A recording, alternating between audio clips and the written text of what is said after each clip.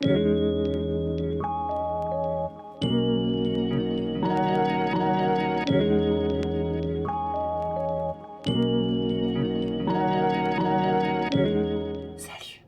à tous, j'espère que vous allez bien. On est aujourd'hui jeudi 10 février et j'ouvre un nouveau vlog. Je vous ai quitté dans le dernier vlog, j'étais en pleine lecture d'une épreuve non corrigée Charleston. Je lisais donc Le Manoir aux Roses de Tracy Reese. C'était une belle petite brique quand même, on est à plus de 500 pages. C'est un roman historique où on est à Londres en 1895, où ça parle de demeure, où ça parle de domestique. Un petit côté comme d'habitude, Downton Abbey, Les Héritières de Lovenhof. Maintenant, je peux citer un petit côté Villa aux Étoffes, mais juste pour le décor, le fond, c'est-à-dire les domestiques, la demeure. Voilà, on va avoir un sujet, on va avoir un livre un petit peu plus féministe, un petit peu plus qui va vraiment montrer la condition de la femme en 1895 et j'ai beaucoup aimé ma lecture. Et je vous en reparlerai davantage à sa sortie, mais notez-le quelque part si vous aimez ce style de lecture parce que je pense sincèrement qu'il pourra vous plaire. J'ai enregistré, j'ai fait différemment pour Le Manoir aux Roses parce qu'en fait quand je vous ai enregistré le précédent vlog où je commence un petit peu à vous en parler, je me suis complètement enflammée et je vous ai raconté l'histoire, je vous ai fait ma critique et d'un coup, et en fait au moment du montage, je me dis mais en fait c'est une épreuve non corrigée, tu peux pas en parler autant. Du coup je me suis dit bah tant pis, c'est tourné et je le posterai en fait dans mon vlog au moment de la sortie du livre Le Manoir aux Roses et ça sort en avril, le 20 avril de mémoire, mais je suis pas sûre, mais en tout cas j'ai beaucoup aimé et je vous en reparlerai plus tard. Sinon, niveau lecture, j'ai attaqué Puzzle de Franck Tilliez. Je le lis en lecture commune avec ma copine Magda. Je vais vous lire la 4e. Ilan et Chloé sont spécialistes des chasses au trésor. Longtemps, ils ont rêvé de participer au jeu ultime, celui dont on ne connaît que le nom, Paranoia. Le jour venu, ils reçoivent la règle numéro 1. Quoi qu'il arrive, rien de ce que vous allez vivre n'est la réalité. Il s'agit d'un jeu. Suivi un peu plus tard de la règle numéro 2, l'un d'entre vous va mourir. Et quand les joueurs trouvent un premier cadavre, jeu et réalité commencent à se confondre, Paranoia peut alors réellement commencer. J'en entends que du bien de ce thriller. Moi, hier soir, je me suis arrêtée à la page 88 et on est sur un bon thriller. Voilà, on est sur une ambiance qui s'installe doucement. Pour l'instant, j'aime vraiment beaucoup. À suivre. Niveau audio, j'ai commencé, mais vraiment pas grand chose, Ce que murmure le vent de Amy Harmon. J'écoute assez peu d'audio en ce moment, du coup je pense qu'il va me durer un petit peu celui-ci. Voilà, sinon j'ai fait une petite réception que j'ai oubliée, je vais la chercher. Réception dont le facteur a jugé bon de prendre connaissance. Et donc j'ai reçu de la part des éditions Hauteville un livre que je trouve très joli et qui m'a intriguée quand j'ai lu la 4e. On va enlever ça. Et j'ai donc reçu Rendez-vous dans une autre vie de Catriona Silvet. La couverture, elle est en relief avec des petites dorures qui devraient tenir bien mieux que le livre que je vous ai présenté dans le précédent vlog, puisque tu sens que là, c'est pas... ça peut pas partir. Tora et Santi font connaissance au pied de l'horloge de Cologne, sous les étoiles, et cet événement fortuit lie leur destin à jamais. Pendant quelques heures, ils trouvent chacun en l'autre une véritable âme sœur. Tora et Santi ne se doutent alors pas que leur histoire naissante est sur le point d'être tragiquement écourtée par la mort de Santi, ni que ce n'est pas là leur première rencontre. Réincarnation après réincarnation, ils se retrouvent et deviennent amis, collègues, amants ou ennemis. Mais tandis que les souvenirs de leur existence passée se rappellent à eux, Tora et Santi doivent œuvrer ensemble s'ils veulent découvrir la vérité derrière le lien qui les unit, car malgré leur vie infinie, le temps leur est compté. Hyper intrigante cette histoire, avec mon aventure Charleston et toutes ces lectures que j'ai à faire pour cette maison d'édition. Je limite un petit peu mes services presse dans les autres maisons d'édition et là Hauteville a vraiment un super catalogue et j'ai été raisonnable et je n'ai pris qu'un seul livre dans le catalogue et j'ai jeté mon dévolu sur celui-ci. Il y en avait d'autres qui me tentaient beaucoup, mais il m'a intrigué celui-ci. Alors ça c'est qui tout double en général, les histoires de réincarnation, un petit peu de voyage dans le temps, d'effets papillons presque j'ai envie de dire, mais vraiment il m'a intrigué et j'ai eu très envie de le découvrir. Il fait 380 pages environ Et voilà, il m'a intriguée. Je le lirai au mois de mars, normalement. Normalement, il est sur mon planning de mars. Voilà. Merci beaucoup, les éditions Hauteville, pour l'envoi. Voilà, c'est tout ce que j'avais à vous dire pour ce matin. Au programme de cette journée, il faut que j'aille voir pourquoi mon vlog ne s'est pas uploadé correctement hier et qu'il n'est donc pas en ligne sur YouTube comme j'aime le faire habituellement le mercredi. Donc je vais aller régler ce problème. Et puis voilà, j'ai quelques photos à faire, la météo elle est pas incroyable, la luminosité est pas incroyable. Du coup voilà, ça rendra pas aussi bien que ça peut rendre quand il y a une plus belle lumière, les photos, mais tant pis, j'ai pas le choix. Je suis à la bourre sur mes photos, j'ai plein de livres à chroniquer, j'ai des chroniques prêtes mais j'ai pas de photos. Voilà, je crois que c'est tout ce que j'ai à vous dire pour ce matin, je vous reprends plus tard. Voilà, ça ce sont les 5 livres que je dois absolument prendre en photo. Donc on y va, c'est parti, on va se faire une petite séance photo.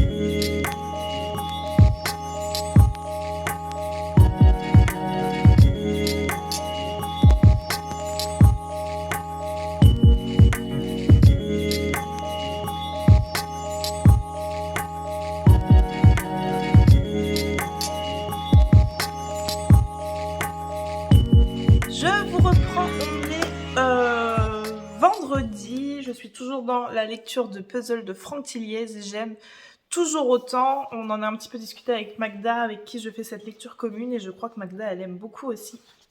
Je me suis arrêtée hier soir à la page 306 et écoutez, ça se lit très vite, ça se lit très bien. Combien de pages il fait? 480, bon. Je le finirai pas ce soir, on va être réaliste. Je le finirai demain, j'espère. Mais j'aime vraiment, vraiment bien. Ça, c'est le genre de roman, les thrillers comme ça, que faut pas que tu mettes trop longtemps à lire. Il faut que tu restes imprégné dans l'histoire. Et plus ça se lit vite et plus tu n'oublies pas les petits détails que très certainement sème un petit peu partout l'auteur. Donc voilà, pour l'instant, Puzzle Franck Tilliez, j'aime beaucoup. Sinon, je vous prends parce que j'ai fait une petite réception qui me vient des éditions Charleston et j'ai reçu Odette et le taxi jaune d'Isabelle Artus. Je vais vous lire la 4e. Chaque vendredi depuis 15 ans, Odette, ancienne costumière de théâtre, passe sa journée à Roissy à s'inventer une vie devant le tableau d'affichage des départs. Chaque fois, son ami Maurice la conduit dans son taxi avant de la ramener chez elle au but de Chaumont. Mais un soir, Odette n'est pas au rendez-vous. Marie-Soleil, sa petite fille, et Ludovic, un flic mis au placard pour excès de zèle, se lancent à sa recherche à bord de l'imposant taxi jaune de Maurice. La disparition d'Odette les conduit sur la piste d'une Arménienne centenaire au passé douteux et aux révélations stupéfiantes. Mais qui est réellement Odette? Au fur et à mesure de cette quête haletante, Marie-Soleil va découvrir un pan caché de son histoire familiale qui l'entraînera au cœur du Paris occupé. Odette et le taxi jaune, pour moi, ça avait été un véritable coup de cœur. Le titre, je me souviens quand j'ai vu, c'était dans notre première liste de titres qu'on a eu quand on a commencé à avoir nos premières lectures Charleston. Et je me souviens avoir vu le titre et dire... ça, c'est le genre de titre où t'as l'impression que ça va être une histoire un peu vue et revue, une espèce de covoiturage, une espèce de... je sais pas trop à quoi je m'attendais en fait, et du coup j'avais lu la 4e pour celui-ci parce que ça me tentait pas du tout. J'aurais vu Odette et le taxi jaune en librairie, la couverture, c'est pas ce que je préfère non plus, je me serais pas arrêtée dessus, en fait. Et quand je lis la 4e et que j'entends parler justement d'occupation, etc., je me dis, ah, bon, peut-être qu'il y a quelque chose qui va me plaire dans ce roman. Et effectivement, en fait, ce roman, c'est un coup de cœur. On s'attend au début, quand ça commence, à cette mamie qui au début est très extravagante, presque superficielle, j'ai envie de dire, qui se rend toutes les semaines à l'aéroport, qui regarde le tableau d'affichage et qui se dit tiens, aujourd'hui je sais plus les lieux ni les je sais plus exactement les lieux, etc., qu'elle choisit dans sa tête. Donc là, c'est des exemples qui ne sont pas dans le livre. Elle se dit, tiens, cette semaine, je vais aller en Italie, je suis une ténor. La semaine d'après, elle se dit, tiens, je vais aller au Canada, je suis ci, je suis ça. Voilà, c'est une femme qui s'invente des vies à chaque fois qu'elle arrive à l'aéroport, qui rentre dans son personnage, qui incarne son personnage, qui souvent incarne même son personnage dès que le taxi vient la chercher chez elle.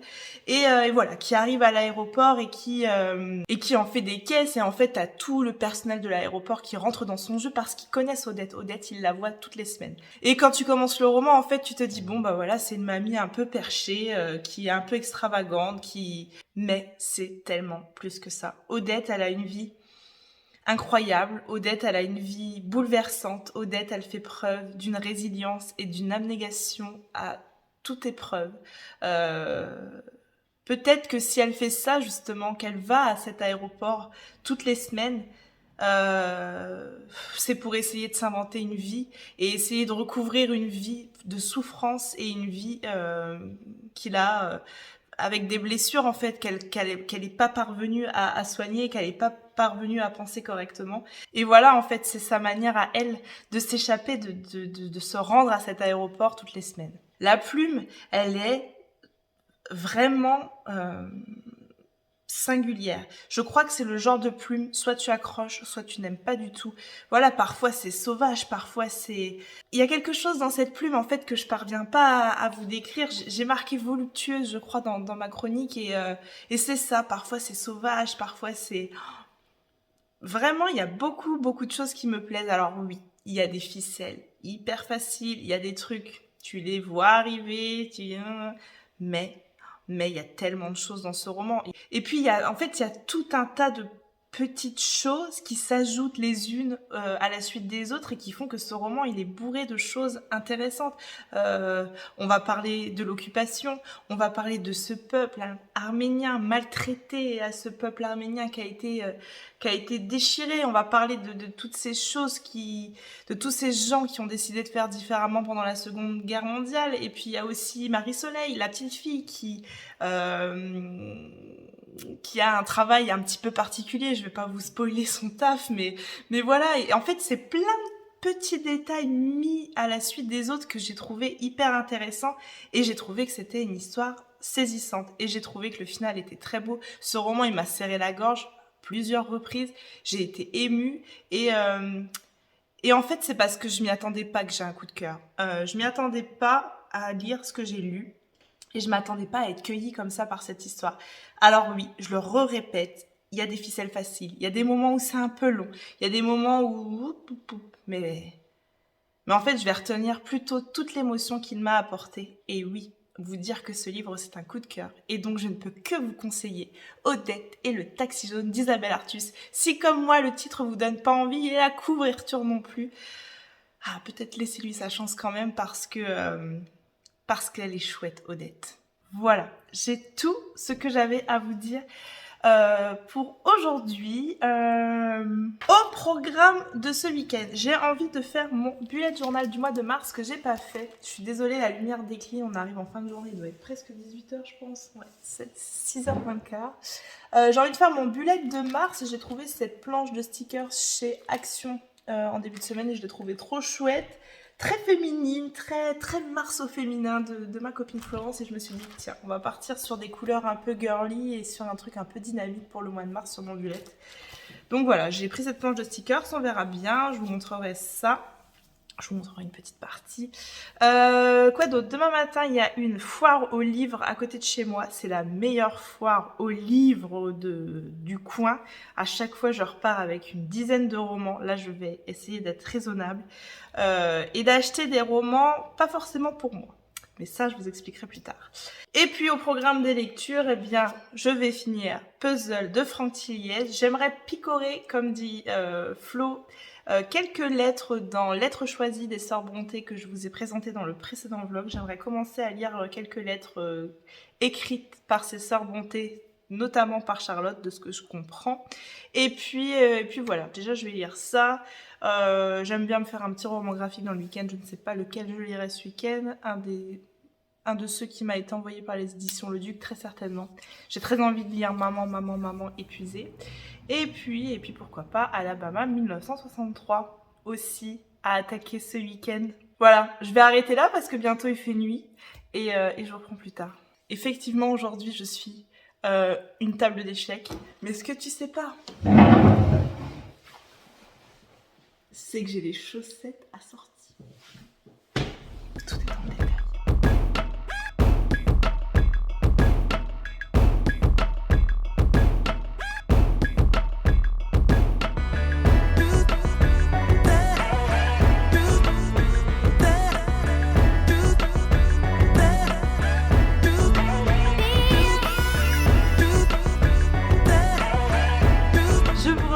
Dimanche et je vous reprends pour vous montrer les petites trouvailles que j'ai faites hier à cette bourse aux livres à laquelle je suis allée. C'est une des meilleures bourses aux livres vraiment dans mon coin et à chaque fois je trouve plein de choses. Je me raisonne maintenant pour les choses pour moi parce que je suis très frustrée moi d'avoir une palle qui déborde. Voilà. J'aimerais bien avoir une palle à 10 livres dans l'idéal, vous voyez le truc, mais bon, on sait très bien avec Bookstagram que ce n'est pas possible. Mais voilà, j'ai trouvé des petites choses. Il y a quelques livres pour moi et le reste, ce n'est pas pour moi. Je vais vous montrer déjà ceux que moi je vais garder. Alors, je me suis trouvé Amerigo de Stefan Zweig. Je n'ai toujours pas lu un seul Stefan Zweig. Et en fait, Florence me donne très envie de découvrir. Et en fait, je suis tombée sur celui-ci que je n'ai jamais vu nulle part avant. Enfin, c'est très court, ça fait 120 pages, voilà, c'est le genre de petit livre que j'aime bien prendre, par exemple quand je fais un petit trajet en train pour aller jusque Paris, j'aime bien prendre des livres comme ça que je vais lire sur l'aller-retour. Voilà, je ne sais absolument pas de quoi ça parle, je n'en ai jamais entendu parler. Bon, je l'ai payé 80 centimes, donc ça valait pas trop le coup de s'en passer. Et ensuite, pour moi, je me suis pris un Karine Giebel et je me suis pris Toute blesse, la dernière tue. Alors, elle écrit des sacrés pavés, Karine Giebel. J'ai jamais lu encore cette autrice-là. On est sur presque 800 pages. Au format poche, mais j'ai très envie de découvrir l'autrice. J'ai très envie de découvrir sa plume. La dernière fois que je suis allée en librairie, j'ai failli me prendre son dernier. Je n'ai plus le titre en tête. Il me semble qu'il y a Africa dedans ou quelque chose. Enfin bref, je ne sais plus. J'ai failli me le prendre, mais pareil, j'ai vu la brique. Je me suis dit, waouh. Donc du coup, je vais déjà découvrir sa plume avec ce livre-là que j'ai payé donc 2 € au format poche. Elle me fait peur, Karine Giebel, de réputation, mais bon, j'ai très envie d'y aller, donc je vais tester. Et ensuite, j'ai trouvé tout ceci qui n'est pas pour moi. Alors, j'ai d'abord trouvé un Karine Pitoki, Le rêve de nos mères, dont je vous ai parlé dans le vlog précédent, un livre que j'ai beaucoup aimé. Ils sont en super état, les livres. J'ai trouvé un Mademoiselle Papillon, voilà, Alia Cardin, que j'aime beaucoup, j'en ai déjà parlé à plusieurs reprises. J'ai trouvé Vanda de Marion Brunet. Alors celui-ci, je ne l'ai pas lu, mais la quatrième, elle a l'air vraiment pas mal. Ensuite, j'ai trouvé un classique, un Raphaël Giordano avec Ta deuxième vie commence quand tu comprendras que tu n'en as qu'une. Voilà, ça c'est un vrai livre de développement personnel que j'ai déjà lu et que j'avais vraiment aimé. Alors c'était les premiers livres de développement personnel que je lisais. Je trouve que ça tourne vite en rond, ce genre de livre. Mais voilà, quand on lit un tous les 10 ans, et ben un tous les 10 ans, je trouve que ça fait du bien. Et celui-ci, j'avais beaucoup aimé. Ensuite, j'ai trouvé La petite boulangerie du bout du monde que j'ai déjà lu de Jenny Colgan, que j'aime beaucoup. C'est le premier tome d'une trilogie et j'avais beaucoup aimé. On est sur un petit feel good, mais un petit feel good qui fait vraiment du bien. J'ai trouvé un Lisa Gardner, À même la peau. Celui-ci, je ne le connais pas. Et j'ai également trouvé Mon amie Adèle, que je ne connais pas non plus. Mais voilà, je vous dis ça, c'est pas vraiment pour moi. Voilà ce que j'ai trouvé hier au niveau de cette petite foire aux livres. Voilà, pour tout ça, j'en ai pour 10 € je crois, donc ça vaut vraiment pas le coup de s'en passer. Mais j'ai été raisonnable, je n'en ai pris que 2 pour moi. Sinon, hier, j'ai terminé Puzzle de Franck Tilliez. Il me semble que je vous ai lu la 4e de couverture un petit peu plus tôt dans ce vlog. Le seul conseil que j'ai à vous donner, quand vous attaquerez, si vous attaquez un jour Puzzle de Franck Tilliez, c'est de justement ne pas lire la 4e. En fait, c'est un roman qui va se passer en 2 temps et la deuxième partie du roman, on va dire qu'elle arrive à un bon tiers du livre. On est à plus de 100 pages déjà quand arrive ce qui est écrit sur la 4e et je trouve ça dommage parce que certes c'est le principal du roman, mais il n'y a pas que ça et je trouve que du coup derrière ça spoil un petit peu l'entrée en matière du truc. Moi la seule chose que j'ai envie de vous dire c'est que voilà, au début du roman, il y a 8 corps qui sont retrouvés dans un chalet. Et juste à côté de ce chalet, en fait, il y a un homme que tout accuse, mais qui prétend que ce n'est pas lui qui a assassiné ces 8 personnes. Voilà, ça c'est la petite entrée en matière. Et après, on arrive avec un tout autre personnage qui s'appelle Ilan. Et Ilan, il a une vie un peu chelou. Il a perdu ses parents il y a quelques temps. Et en fait, Ilan, c'est quelqu'un qui aime beaucoup les jeux de rôle, etc. Et en fait, il sait qu'il y a une espèce de chasse au trésor qui existe quelque part. Et ça fait des mois qu'il essaye de percer l'entrée de cette chasse au trésor un petit peu particulière. Et voilà, c'est presque tout ce que j'ai envie de vous dire en fait, parce que si j'en dis plus, je spoil un peu. Ouais, je comprends hein, que sur la 4e, ils aient marqué tout ce qu'ils aient marqué, parce que ce que je viens de vous dire, ça vous donne pas forcément envie d'y aller, mais qu'en même temps, si je vous en dis plus, bah, je trouve que je spoil, donc c'est un petit peu compliqué. Les gens qui écrivent les 4e de couverture, je comprends vraiment que ça doit pas être facile du tout. Bref, je vais arrêter là pour cette explication un petit peu sinueuse. J'ai beaucoup aimé. C'est pas un coup de cœur, c'est pas un waouh, c'est pas... Voilà, c'est un livre qui a fait beaucoup parler de lui en très bons termes, ce que je comprends parfaitement. Franchement, Franck Tilliez, il a une plume que je découvre ici et que j'aime beaucoup. Il a ce truc, c'est un vrai thriller, donc je l'ai lu en lecture commune avec Magda et on était d'accord sur ce point. Où c'est vraiment un vrai thriller, où il parvient à te faire monter l'angoisse, où voilà, où petit à petit tu commences à rentrer dans le truc et ça monte crescendo et il se passe des scènes où tu ouf, voilà, ça te fait vraiment monter en pression et c'est vraiment ce que je cherche avec un bon thriller où c'est pas gore, où c'est pas sale, mais où t'as ton cœur à certains moments qui va manquer un battement parce que franchement, ça fait froid dans le dos à certains passages, vraiment. Et pourtant, il y a rien de gore, et rien de très sale, c'est très très psychologique en fait ce roman de Franck Tilliez. J'aime beaucoup comment c'est écrit, j'aime beaucoup l'ambiance qu'il instaure. Ce qui fait que c'est pas un coup de cœur ou que c'est pas un waouh, c'est que moi, j'ai vu arriver le dénouement assez vite quand même, j'ai trouvé. Au bout d'un moment, j'ai une illumination. Et une fois qu'en fait j'ai pensé à ça et que j'ai continué ma lecture, bah, plus j'avançais et plus c'était évident. Il y aurait eu une autre fin, ça aurait été un immense coup de cœur. Mais là, je vois arriver la fin un peu tôt. Est-ce que c'est ça qui fait que c'est un bon ou un mauvais thriller? Je pense pas. Je pense pas qu'on puisse dire que parce qu'on a vu arriver la fin, le thriller est mauvais. Je pense qu'il y a beaucoup de choses à prendre en compte dans l'écriture d'un thriller et dans la manière dont on le juge. Voilà, c'est cette émotion qui va réussir à te procurer, c'est ces sensations et tout ça, je l'ai trouvé dans Puzzle de Franck Tilliez, malgré que je connais la fin assez rapidement. Peut-être parce que on n'est pas sur un truc hyper novateur dans le final en fait et que c'est quelque chose qui est déjà vu. Peut-être que c'est pour ça que je le vois assez rapidement arriver. Magda par exemple qui l'a lu avec moi, à qui du coup je lui avais dit écoute pour moi la fin c'est ça. Elle allait pas rester bloquée sur ce que je lui ai dit et elle a construit plusieurs théories au fur et à mesure de sa lecture et elle a vraiment beaucoup aimé. Moi aussi, hein, au final, j'ai vraiment aimé. Je regrette pas du tout ma lecture, je suis hyper contente d'avoir enfin découvert la plume de Franck Tilliez, que je valide. Voilà, si on était sur une note, on serait sur un 4,5 sur 5, quoi. Parce que franchement c'est bien construit, franchement c'est flippant. Et c'est tordu, tortueux. Enfin, c'est ce qu'on attend d'un thriller en fait. Donc je valide à 100% Puzzle de Franck Tilliez. Quand je lis des thrillers comme ça et que je vois arriver la fin, je me dis que dans une vie d'avant, je devais être une psychopathe. Je me fais peur toute seule. Ensuite, hier, j'ai lu Maman, Maman, Maman, hashtag mère épuisée, écrit par Sévanie, qui est donc paru aux éditions Le Duc Graphique et qui parle tout simplement, comme son titre l'indique, de burn-out maternel, de pression, de tout ce que la maman s'inflige à la naissance de son enfant, à vouloir être la mère parfaite, à vouloir être la mère qui ne commet pas d'erreur, à vouloir être la mère qui fera bien, qui fera parfaitement, qui fera bien pour son enfant, qui mettra toujours son enfant, l'intérêt de son enfant avant le sien, etc.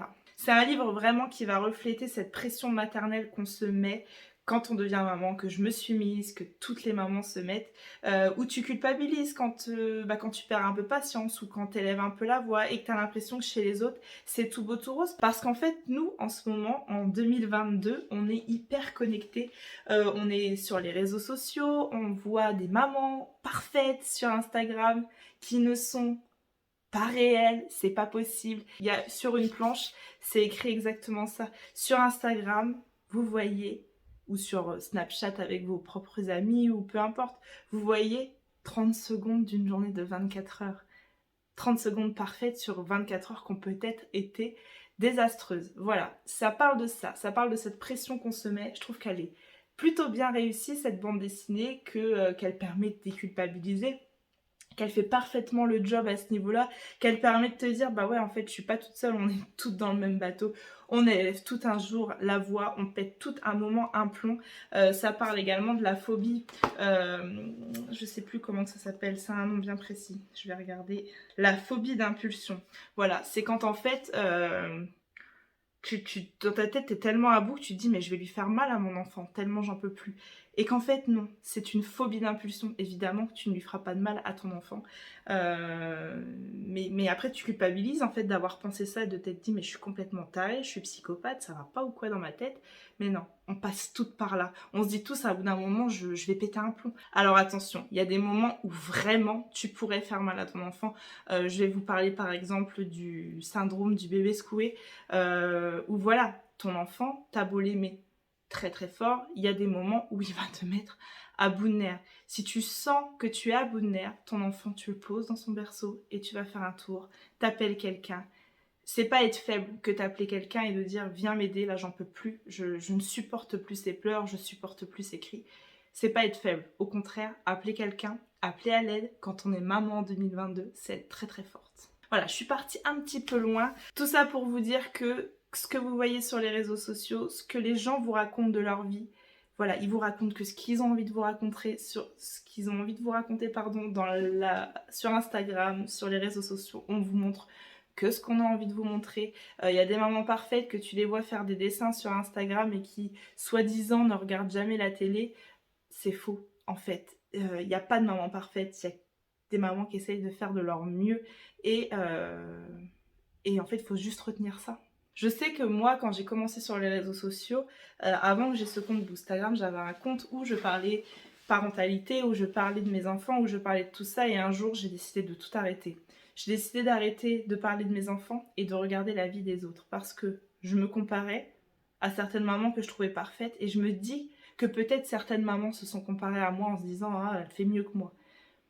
Et que j'avais pas envie d'être cette maman qui culpabilise, et j'en avais marre de moi culpabiliser à regarder les autres. Voilà, je reviens à cette BD, comme je dis, elle fait le job, elle est déculpabilisante, elle est pas 100% réussie pour ma part, parce que y a un couac à un moment donné où d'un coup le papa se révèle à tout comprendre, voir la charge mentale incroyable qui pèse sur les épaules de sa femme et reprendre tout en main. Ça, c'est pas vraiment le reflet de la vraie vie. Voilà, j'incrimine personne, ne voyez pas là une dénonciation de mon mari ou quoi que ce soit.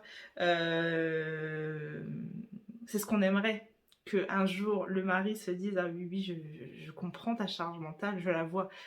Ça arrive assez rarement, on va pas se mentir. Par expérience et par rapport à ce que je vois autour de moi, évidemment. Voilà, du coup, si vous avez envie un petit peu de déculpabiliser, de vous sentir moins seul un jour où vous avez pété un plomb et hurlé un peu plus fort que les autres jours sur votre enfant, vous pouvez lire Maman, maman, maman épuisée, qui est donc paru aux éditions Le Duc et qui est écrit par Sébanie. Sinon, niveau lecture, je vais attaquer Alabama 1963, je l'attaquerai ce soir. Et puis voilà, je crois que c'est tout ce que j'avais à vous dire. Aujourd'hui, on est dimanche, il fait un grand soleil, donc pas de lecture, pas de tout ça cet après-midi. On va plutôt aller se promener et profiter de ce soleil parce que par chez moi, la semaine prochaine, ça va pas être très glorieux. Donc, enfin voilà, je vous reprends plus tard. Miaou.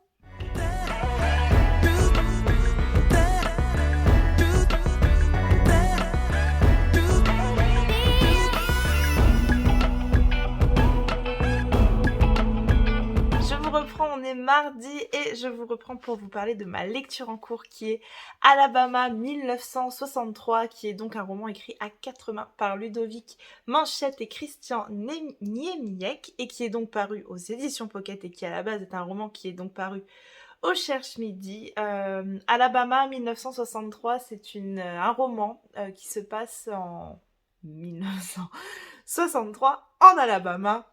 Quel scoop incroyable. Et en fait, ça va nous conter l'histoire de deux personnages. On va d'abord avoir Adela qui est une femme noire, qui est femme de ménage et en fait qu'on va suivre chaque jour dans chaque foyer dans lequel elle va pour faire le ménage chez des gens blancs. Et on va suivre également Bud qui est un homme, un détective privé qui est alcoolique, un peu sombre, un peu triste, voilà, on comprend avant il était donc policier, on comprend qu'il est plus dans la police au début du roman, on sait pas exactement pourquoi, mais on comprend qu'il y a eu ce jour-là, il s'est passé quelque chose ce jour-là et donc il est plus dans la police. Et pendant ce temps-là, en fait, à Birmingham, une première petite fille noire disparaît. Ce qui ne va pas inquiéter la police parce qu'en fait c'est une petite fille noire qui disparaît. Voilà, on est en pleine période de ségrégation. Voilà, c'est un roman qui se passe sur fond de ségrégation, de Ku Klux Klan, etc. Et c'est seulement quand une seconde petite fille disparaît que la police commence un petit peu à s'inquiéter. Mais on n'est toujours pas sur une grande inquiétude, ni une grande enquête, etc. Puisque ce sont des petites filles noires et qu'elles ne méritent pas une enquête comme si c'était des petites filles blanches qui avaient disparu. Et en fait, un jour, Adela, elle va se retrouver à aller faire le ménage chez Bud. Et tous deux, ils vont finalement se mettre à enquêter ensemble. Alors, c'est un duo absolument improbable, c'est un duo qu'on n'attend pas ensemble. Et pourtant, je trouve que ça fonctionne hyper bien. On n'est pas sur un roman policier parce qu'on n'est pas vraiment sur une vraie enquête comme peut l'être un polar. On n'est pas sur un roman noir, malgré que parfois c'est très sombre, parfois c'est très difficile à lire. Vraiment, c'est horrible de se dire que c'est donc en 1963, c'est hier 1963, de lire qu'il y a des laveries automatiques où c'est marqué juste pour les blancs et des laveries automatiques où c'est juste pour les noirs. Enfin, juste pour les gens de couleur, c'est écrit. Ça me paraît tellement improbable de lire ça. Je l'ai pas terminé, il me reste une centaine de pages, mais je peux déjà dire que ce roman, je sens que ça va être un énorme coup de cœur parce que c'est assez atypique en fait comme lecture, parce que je vous dis, alors il est vendu, il me semble, comme un polar, mais voilà, c'est pas une enquête policière en fait, c'est pas ça qui se passe. C'est une femme noire qui a très peur pour ses enfants, qui a très peur pour sa vie, qui a très peur à cause du Ku Klux Klan, qui va mener l'enquête et essayer de savoir un petit peu ce qui est arrivé à ces petites filles noires et puis à cet inspecteur qui a été complètement mis au placard. J'en sais un petit peu plus au moment où j'en suis, mais je pense que je vais avoir d'autres révélations avant la fin du roman, qui doit rester à sa place de blanc et qui doit pas aider les noirs et ça prend aux tripes en fait cette histoire-là, ça prend aux tripes parce que c'est en 1963.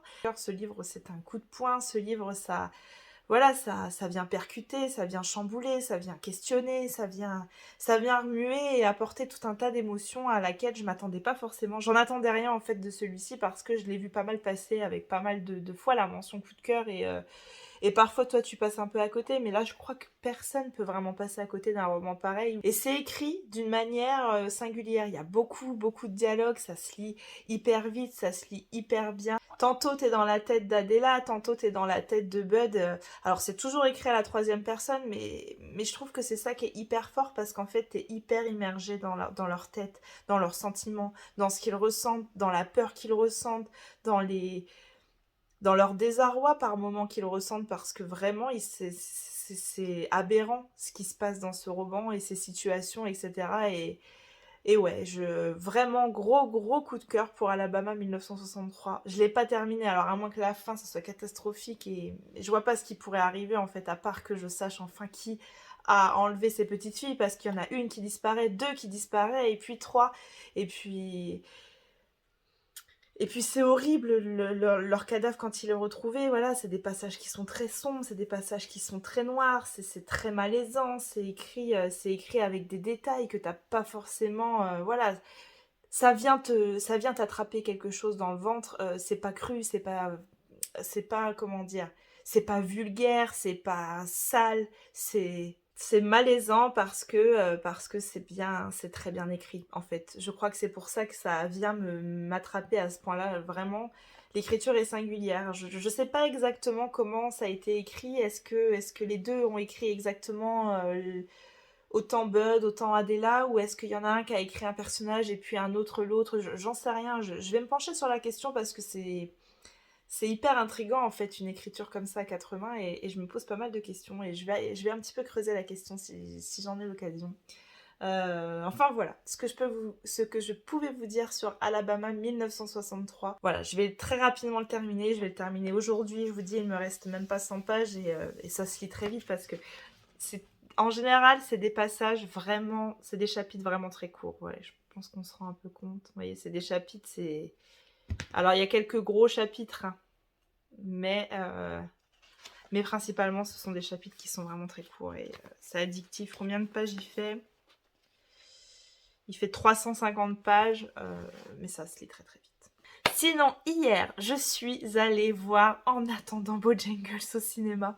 En fait, j'y croyais plus du tout parce qu'en fait, j'habite dans une ville avec un cinéma dont les films restent 7 secondes 30 à l'affiche et que voilà, il y a des films qui restent 3 mois et d'autres comme En attendant Bojangles qui sont pas des grands films en tête d'affiche, des grands blockbusters américains, etc. Et eux, ils restent, voilà, il a dû rester 3 semaines ou 4 semaines, grand maximum au cinéma.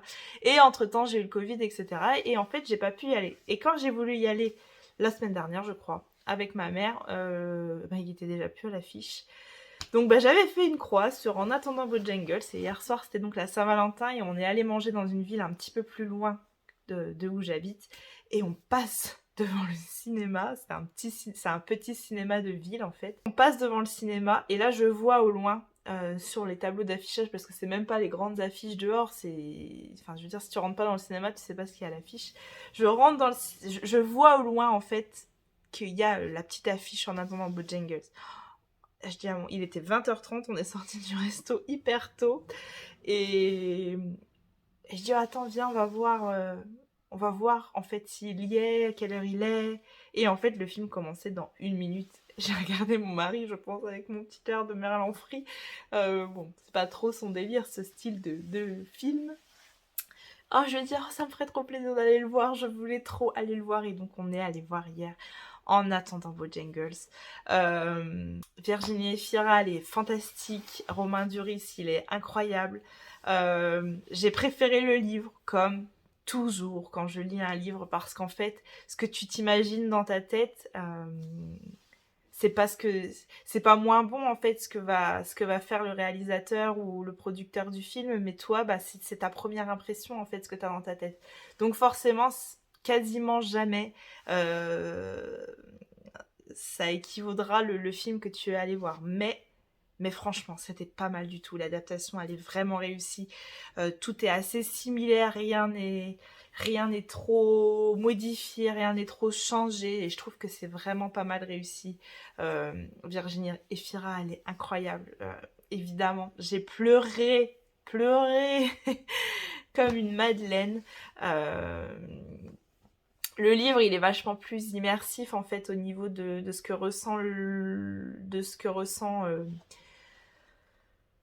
ressent Georges, le père de famille, et de surtout ce que ressent le petit garçon, parce que le livre, il est écrit comme ça, où ce sont des chapitres, en fait, où c'est le petit garçon qui prend la parole. Là, ben, c'est pas du tout narré de cette façon-là, en fait. Tu suis la vie, t'es extérieur, t'es pas dans la tête des personnages, donc c'est écrit différemment, et du coup, il y a moins d'émotions qui se passent au niveau de ce que peut ressentir le petit garçon, j'ai trouvé, mais j'ai trouvé que c'était quand même formidable, hyper bien réussi, hyper bien adapté.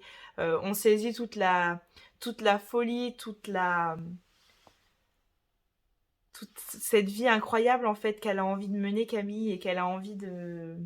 Voilà, je vous invite à retourner voir mon vlog sur Un attendant votre jungle si jamais vous l'avez pas vu, pour comprendre un petit peu ce que j'ai envie de vous raconter à propos du livre.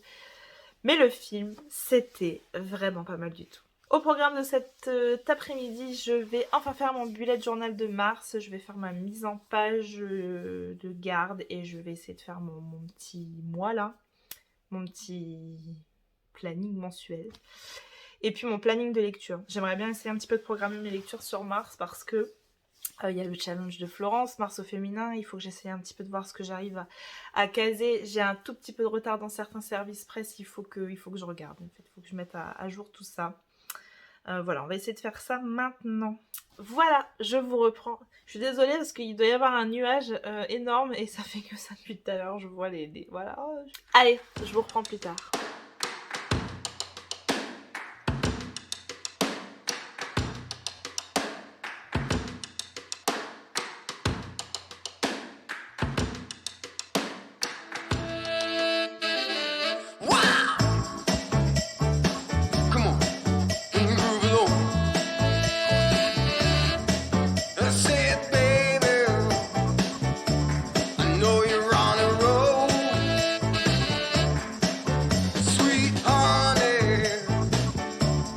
Take it real soon.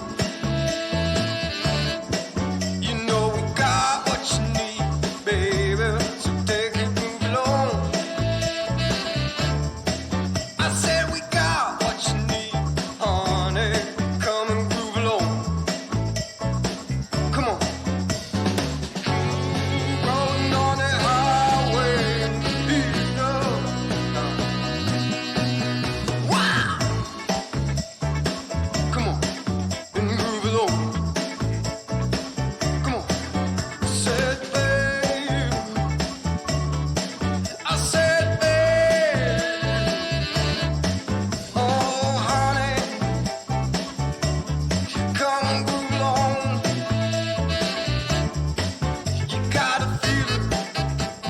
J'avais mis ma petite Florence et son challenge Mars au féminin pour m'accompagner sur mon bullet.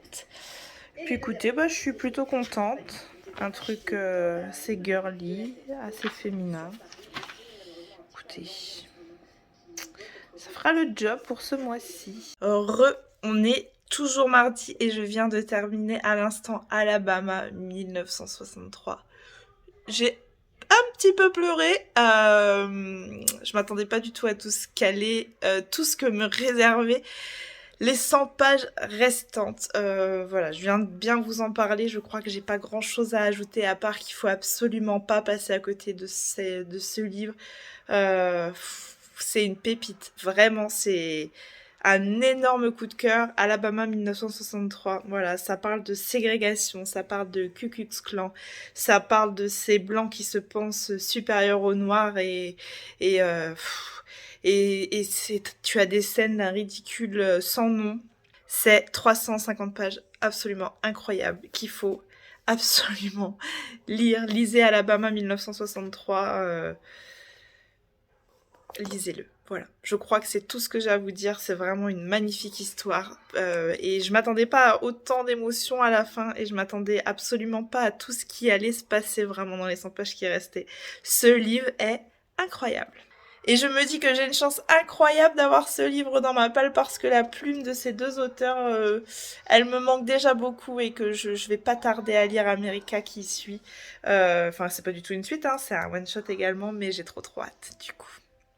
Sur ce, je clôture ce vlog ici. Comme d'habitude, je vous remercie si vous l'avez regardé jusque-là, si vous l'avez liké, commenté et si jamais vous avez fait un petit partage sur Instagram. C'est tellement important et précieux pour moi et je vous en remercie beaucoup. Et puis bah écoutez, moi je vous reprends plus tard. À bientôt. Bye. Gotta